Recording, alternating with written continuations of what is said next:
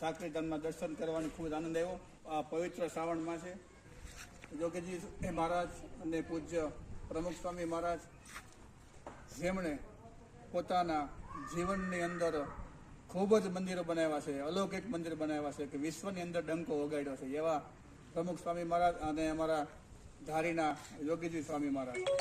એ સુરતની બાજુમાં 40 કિલોમીટર સાકરી ધામ આવી ને આજે સાકરી ધામમાં ખૂબ આનંદ થયો.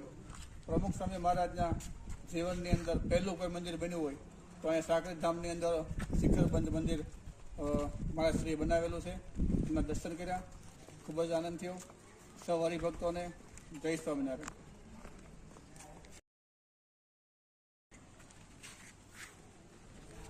તો અહીંયા બધા હરિભક્તો આવી રહ્યા છે. અભિષેકનું ખૂબ જ અનેરું મહત્વ ધરાવે એટલે સાકરી ધામ સુરત ક્યાં ક્યાંથી લોકો પૂનમ ભરવા આવે છે અને